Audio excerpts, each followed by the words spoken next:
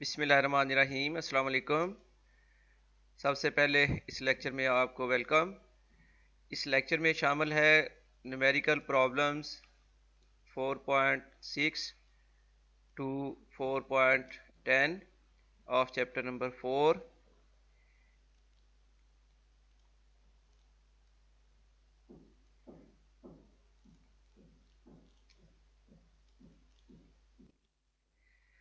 तो सबसे पहले न्यूमेरिकल नंबर 4.6 स्टेटमेंट ये है, the steering of a car has radius 16 centimetre. तो radius of steering are equals to 16 centimetre. Find the torque produced by a couple of 50 newton. अगर दो couple forces हैं जिनकी हर एक की वैल्यू 50 न्यूटन है तो इस कपल का टॉर्क कैलकुलेट करना है। तो radius of steering are equals to 16 centimetre.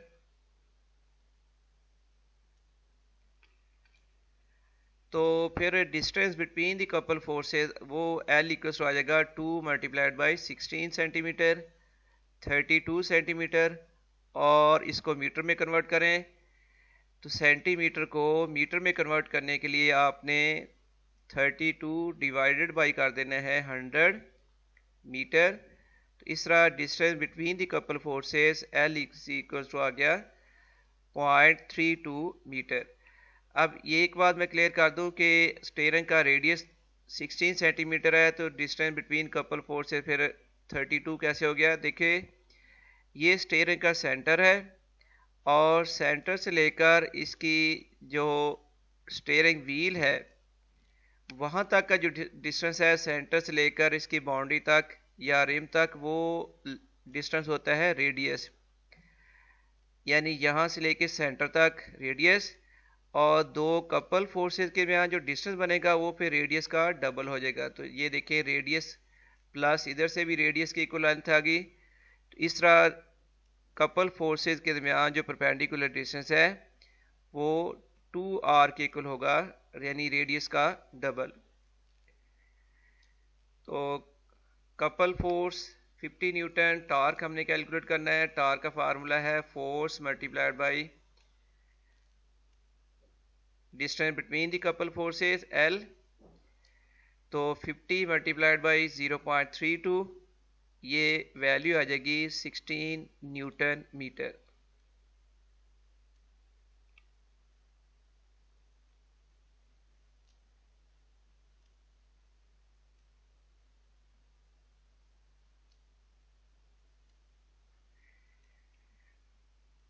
अब न्यूमेरिकल है 4.7। A picture frame is hanging by two vertical strings. The tension in strings are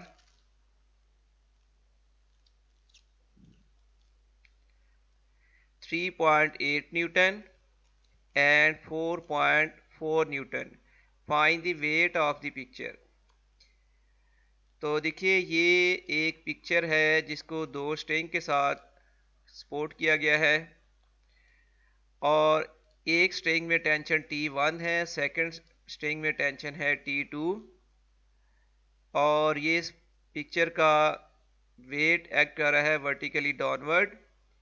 तो डेफिनेटली जब आप सिस्टम को बैलेंस करते हैं, कोई सिस्टम बैलेंस कंडीशन में होता है तो फिर total downward force equals to होती है टोटल अपवर्ड फोर्स।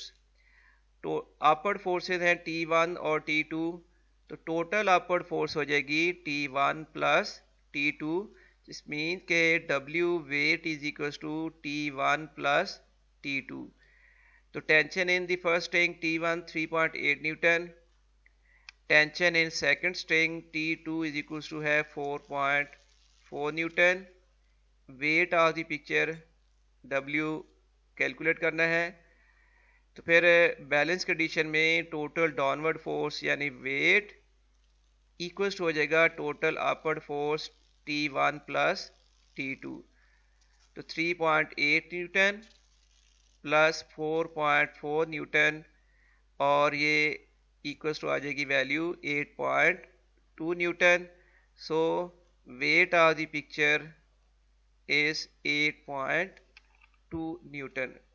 काफ़ी इजी मेथड से आपको एक्सप्लेन किया जा रहा है, आपको इंशाल्लाह ताला हर स्टेप की समझ आएगी।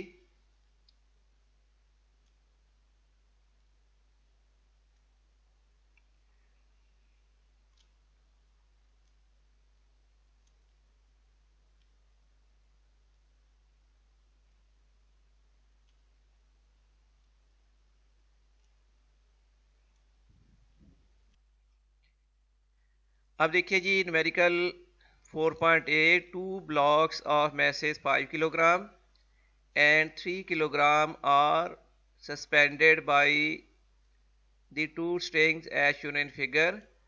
Find the tension in each string. तो mass of one block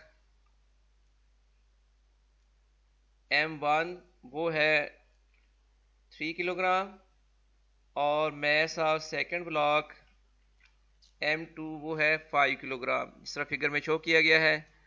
तो टेंशन इन ई स्ट्रिंग यानी T1, इस पार्ट की टेंशन फाइंड करनी है और इस स्ट्रिंग के इस पार्ट की टेंशन हमने कैलकुलेट करनी है।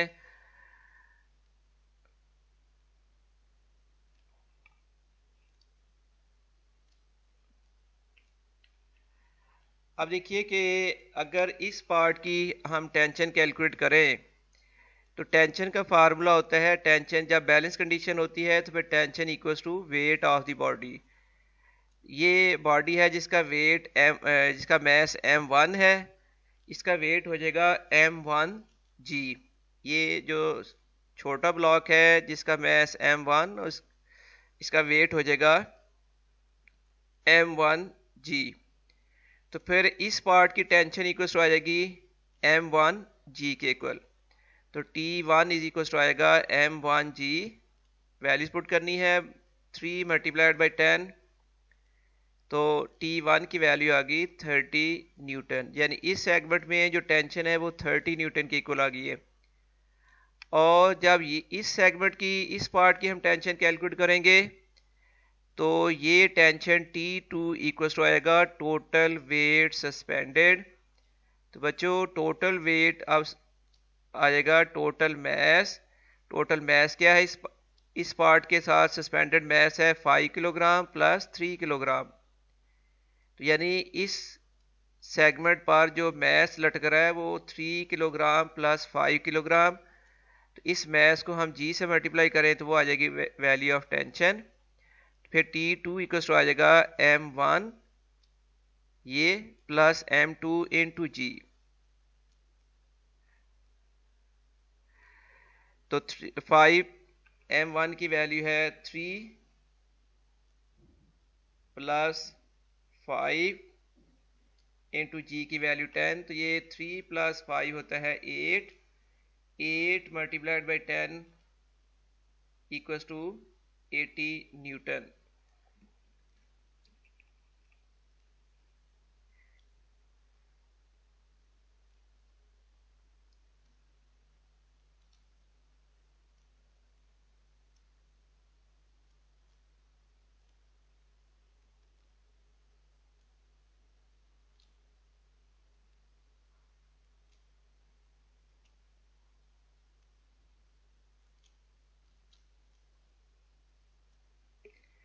फोर पॉइंट 9 है, a nut has been tightened by a force of 200 Newton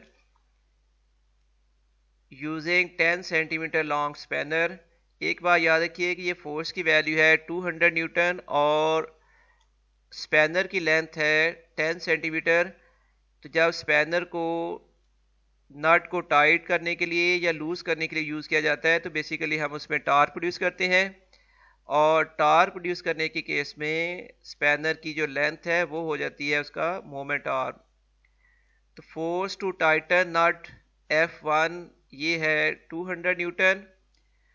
length of spanner यानी मोमेंट आर्म बनेगा L1 10 सेंटीमीटर। इस सेंटीमीटर को मीटर में कन्वर्ट करने के लिए 10/100, तो इस तरह लेंथ ऑफ स्पैनर आ जाएगी 0.1 metre. What length of spanner is required to loosen the same nut with force 150 newton. तो force to loosen the nut F2 है 150 न्यूटन, और इसके लिए लेंथ ऑफ स्पैनर वो अभी हमने कैलकुलेट करनी है। तो एक बार याद रखिए कि नट को टाइट करने में और लूज करने में टार्क की वैल्यू सेम होती है। जितना टार्क प्रोड्यूस किया जाता है नट को टाइट करने के लिए, उतना ही टार्क प्रोड्यूस किया जाएगा उसको खोलने के लिए। तो torque to loosen nut equal हो जाएगा टार्क टू टाइटन दी नट।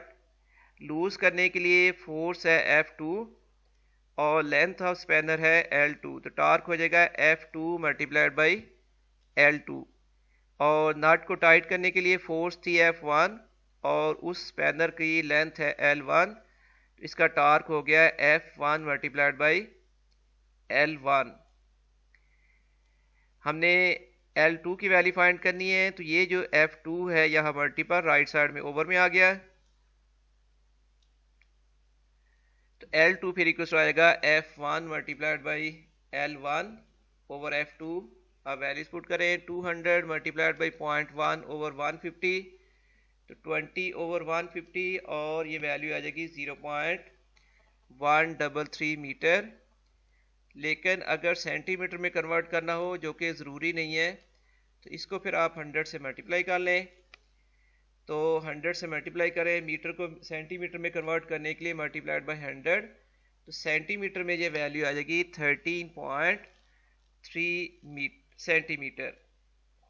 मैं इसको डिस्प्ले करता हूँ, आप इसको नोट करना चाहें न्यूमेरिकल को, या इसका आप स्क्रीनशॉट लेना चाहो तो वो आप इजीली कर सकते हो।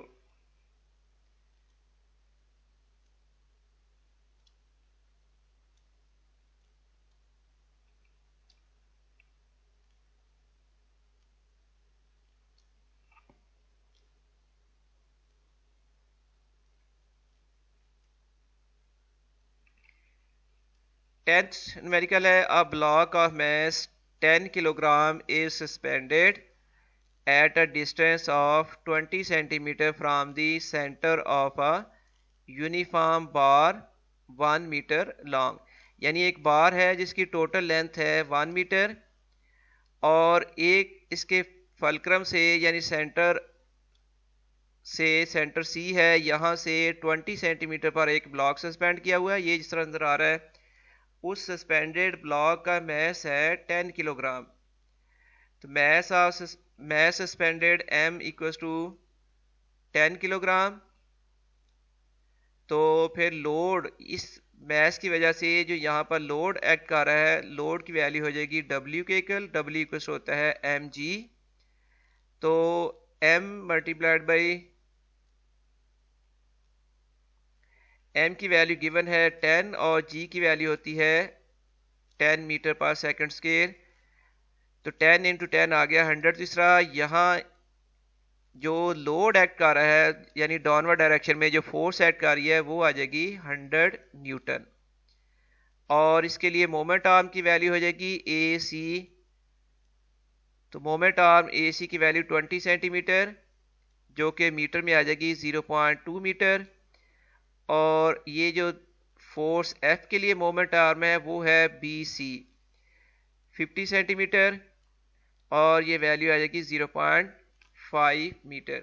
50 सेंटीमीटर इसलिए है कि सेकंड फोर्स एंड पर लगाई गई है, और इस रॉड की टोटल लेंथ 100 सेंटीमीटर है, तो सेंटर से लेकर एक एंड तक डिस्टेंस वो बनेगा 50 सेंटीमीटर।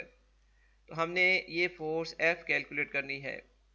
तो इजी मेथड से मैं आपको एक्सप्लेन करूँगा, बिल्कुल सिंपल और इजी मेथड।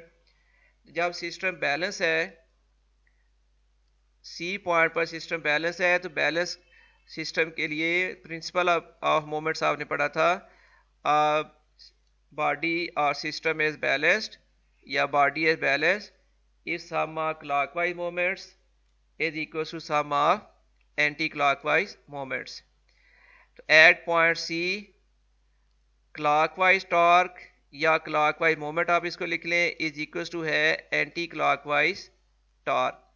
और बच्चों टॉर्क का फार्मूला होता है force multiplied by moment arm. तो ये फोर्स जो कि पॉइंट बी पर डाउनवर्ड डायरेक्शन में एक्ट कर रही है, तो इस वजह से ये एंड जो है रॉड का वो डाउनवर्ड मूव करेगा, तो दूसरी साइड वाला एंड जो अपवर्ड मूव करेगा। तो इस तरह ये जो रोटेशन बनेगी ये बन जाएगी क्लॉकवाइज रोटेशन। इस फोर्स F की जो रोटेशन है या इसका जो टार्क है वो क्लॉकवाइज है। सिमिलरली यहाँ जो लोड एक्ट कर रहा है डाउनवर्ड डायरेक्शन में पॉइंट ए पर, ये रॉड को डाउनवर्ड मूव करना चाहता है, और ये पॉइंट जब ये डाउनवर्ड मूव करेगा तो पॉइंट साइड बी जो है, पॉइंट बी ये रॉड की ये वाली साइड अपवर्ड मूव करेगी। इस तरह ये टार्क हो जाएगा एंटी क्लॉकवाइज टार्क।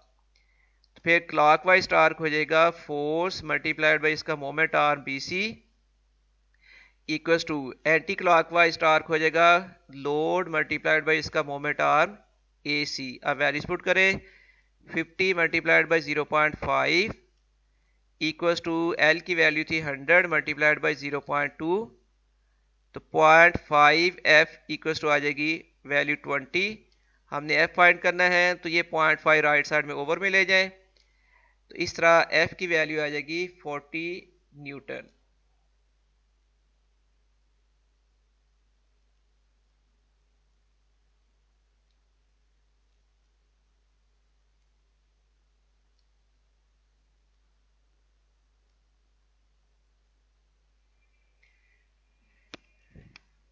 और इसके साथ ही अब ये लेक्चर कंप्लीट हो गया है।